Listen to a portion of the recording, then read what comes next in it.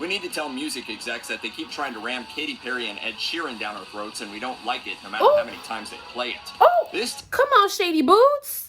Not ram down our throats. 1, 2, 3.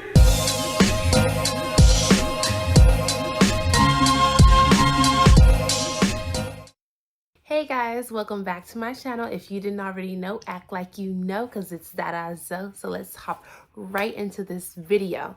So today I want to react to celebrities Prince couldn't stand. Now if you ask me, honey, I feel like there's going to be a lot of shade in this video, so prepare yourself, okay? And go get yourself some tea and let's sip on it. So without further ado, let's just hop straight into this video. And don't forget to like, comment, share, subscribe down below. Y'all been forgetting. While Prince is rightly remembered for his influential musical legacy, he was also famous for sometimes being temperamental, petty, and a bit of a diva. That all led to some deeply personal grudges. From rookie pop stars to longtime rivals, here are the celebrities Prince couldn't stand. A little thing like death couldn't stop Prince from sharing his views on music with the world. In October 2019, 3 years after his death, his memoir, The Beautiful Ones, was released. This wasn't just another straightforward rock star narrative. We're talking about Prince after all. The book incorporates his cartoons, unseen photos, and handwritten notes alongside memories from his life written in his own personal code. One particularly incendiary passage comes when Prince notes, "We need to tell music execs that they keep trying to ram Katy Perry and Ed Sheeran down our throats, and we don't like it no matter how many times they play it." Come on, Shady Boots. Not ram down our throats. Oh, wow. Okay, cool. Takedown must have been especially painful for Perry. Back in 2009, she tweeted about how Prince and his movie Purple Rain were career inspirations for her. And in the aftermath of Prince's death in 2016, she tweeted, "And just like that, the world lost a lot of magic. Rest in peace, Prince. Thanks for giving us so much. What a way to ruin teenage dreams." Justin Timberlake's assertion that he was bringing sexy back in 2006 convinced a lot of people. The song was #1 on the Billboard Hot 100 for 7 weeks, and it won the Grammy for Best Dance Recording. But at least one person took issue with Timberlake's claim. During a performance at an Emmys after-party in August 2006, Prince told the crowd, "Whoever is claiming that they are bringing sexy back, sexy never left." Timberlake fired back at the 2007 Golden Globes by mocking Prince's height while accepting an award on his behalf. I know that's right. Verse on the Timbaland song Give It To Me. Even after Prince's death, his fans have refused to let Timberlake off the hook. In 2018, they called him out for holding a listening party at Prince's estate, Paisley Park, which included alcohol, despite Prince's rules against drinking. Timberlake... That is terrible. But I see, you know, Prince poked him and he showed his ass. Literally. Ultimately paid his respects, though. During a 2018 appearance on The Tonight Show, he called the late singer, quote, "the pinnacle of musicianship." The GOAT of musicians. In the 1980s, Madonna and Prince were two of the biggest pop stars in the world. The two even dated for a couple months in 1985, but afterwards they fell into a long-lasting pattern of verbal sparring. After their breakup, she reportedly screamed at him, "How dare you dump me? Don't you know who I am?" She also insulted Prince's height, his outfits, and his eating habits. They buried the hatchet long enough to record Love Song for her 1989 album Like a Prayer, and Prince also played guitar on 2 tracks. But in 1992, his competitive nature pushed him to top Madonna's $60 million record deal with their shared label Warner Brothers. He won that round, signing a contract worth an estimated $100 million, although he later fell out with the label in spectacular fashion. This feud ultimately mostly settled into run-of-the-mill bickering. In 2016, Prince's backup dancer Kat Glover revealed to GQ that Prince tried to persuade Madonna to star in his 1990 movie Graffiti Bridge, but that ultimately didn't work out because he couldn't deal with her. One meeting derailed into insulting each other's shoes. As Glover put it, "This is what happens when you get 2 big egos in one room. It was jokey and serious. They're the same way." Most people have said something they'd like to take back, but most of us didn't say it to one of the most talented musicians in the world. Pink, however, does have that dubious honor. She and Prince met backstage in the late 90s when she was 19 and had just signed a record deal. Living up to her bold image, the rookie singer asked the legend to collaborate with her. Prince responded by asking if she owned her own masters, which are the original copies of an artist's songs. He spent the early 90s campaigning to get his back from Warner Brothers, and they finally gave him the chance under a new deal that he signed in 2014. When Pink said no, he told her to come back when she did own them. Not one to take a slight line down, she told him that he was, quote, a rude However, she later realized that he was trying to teach her a lesson. Right. When she appeared on the Australian radio show Fitzy and Whippa in 2016, she said, "I loved him. I totally loved him. Prince is everybody's genius. Right. The world lost a lot of sparkle this year, and it hurts my heart because I don't know what's going to replace it." He was and will be forever amazing. So really, okay, so Pink doesn't count because he was literally just trying to save her back. And that's what a lot of artists today are like, why a lot of artists today are independent, because they don't own their actual shit. The record label does, and they're not making like full profit. They're only getting a certain percentage, and it's the smaller end, because you got to pay the producer, you got to pay the record, you got to pay the, like, literally everybody, and then the artist. Like, yeah. Despite how the saying goes, Prince did not consider imitation to be the sincerest form of flattery, as he was famously against other artists covering his songs. In a 2013 interview with Billboard, he specifically called out Maroon 5's cover of Kiss, which was included on a deluxe version of the band's 2012 album Overexposed. According to Prince, "Why do we need to hear another cover of a song someone else did? Art is about building a new foundation, not just laying something on top of what's already there." In deference to musical royalty, Maroon 5 removed the song from iTunes and Spotify. Frontman Adam Levine didn't take the bar personally. In 2017, he explained to Howard Stern that he'd met Prince years before the Kiss spat.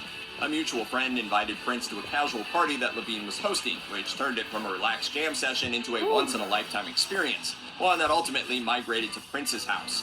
Levine noted, "My experiences with him were genuinely really beautiful and special." In 2014, Levine had another crack at a Prince song when he played Purple Rain live. Prince was apparently less annoyed about live covers of his songs, and he offered Levine the ultimate lukewarm praise by saying, "You get me." Him saying that is basically exactly the highest praise you can get. Yeah. Flaming Lips frontman. I mean, I guess that doesn't mean he didn't hate Adam Levine.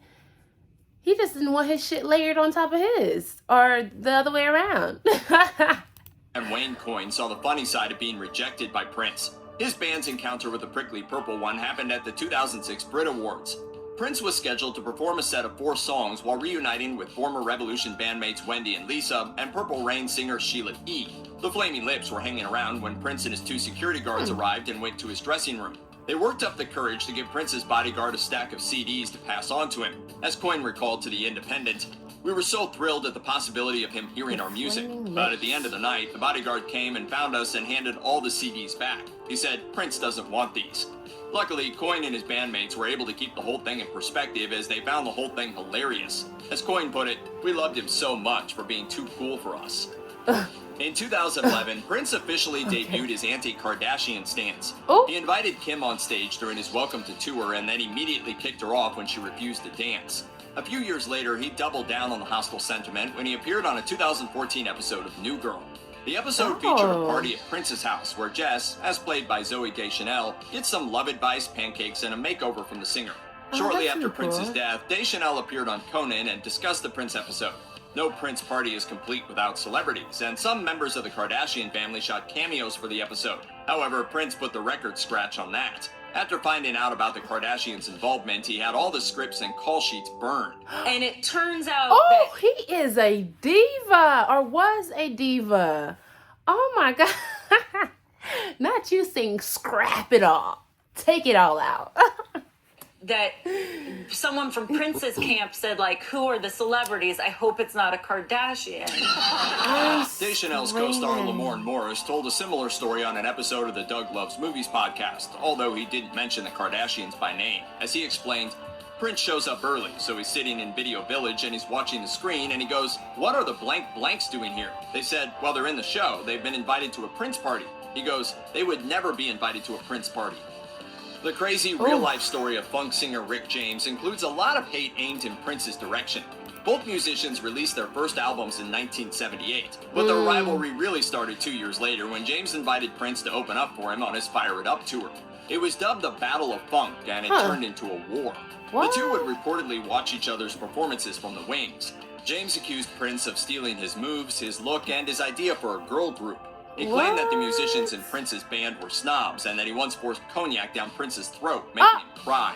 In his autobiography, James wrote that he started working for Eddie Murphy because he wanted to give the comedian a hit song and, quote, stick it in Prince's ear. In 1982, when Prince refused to sign his autograph for James's mother, it so angered James that he assaulted Prince. The Purple One definitively won the Battle of Funk, and not only with his music career. On the night of that fight in 1982, he met James's ex, Denise Matthews, who became Prince's girlfriend and protege under the stage name Vanity. Sinead O'Connor's 1990 version of the song Nothing Compares to You is so famous that many people don't even know it was written by Prince in 1984. Prince hated other artists covering his songs, let alone being more successful with them, and O'Connor is recalled having a very tense meeting with him. She told 3 separate interviewers that after her cover came out, Prince invited her to his house in Malibu and turned violent when she refused to become one of his proteges. She accused him of trying to punch her, and she also claimed that she had to run away from him at 5 a.m. and knock on the door of a neighboring house. No way! We didn't get on very well. We tried to beat each other up. Really? We didn't get on too well. You tried to beat each other up? Well, it was more he tried to beat me up and I was defending myself. And the details of this story get even weirder. When O'Connor was interviewed by the Carver, Minnesota County Sheriff's Office following Prince's death, she claimed that Prince beat up the Revolution guitarist Wendy Melvoin and worshipped the devil, all under the influence of hard drugs. If there's one person more frank in his musical assessments than Prince was, it might just be Rolling Stones guitarist Keith Richards. In 2016, Stones drummer Charlie Watts told The Guardian about the time that Prince opened up for them at the Los Angeles Coliseum during their 1981 American tour. Prince, being Prince, was wearing his trademark bikini bottoms. As Watts recalled, Mick Jagger and I both loved Prince's 1980 album Dirty Mind. Keith hated it, and we got him on our show. Of course, being Prince, he duly went out in his knickers, and our audience booed him off, which didn't deter me from liking him.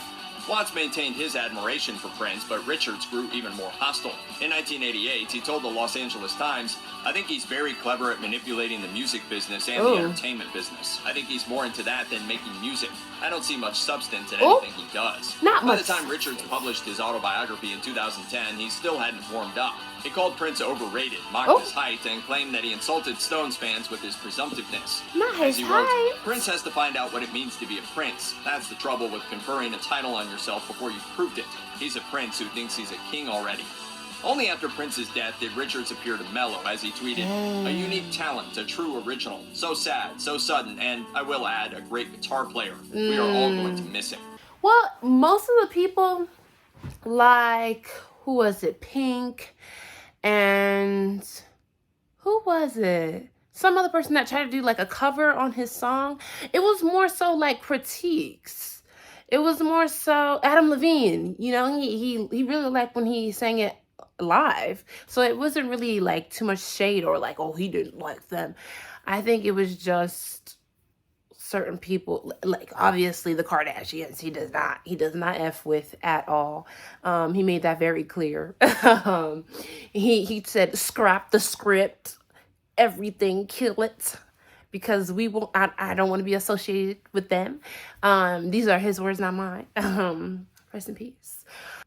But yeah, this was an interesting video because I never really knew like Sinead O'Connor. I've never heard of her music. Maybe I'll check it out. Let me know if I should down below. Maybe I'll react to some of her songs or whatever. Maybe even the cover that she did for Prince. Anyways, thank you for tuning in. Don't forget to like, comment, share, subscribe, and I will see you guys in the next one. Bye.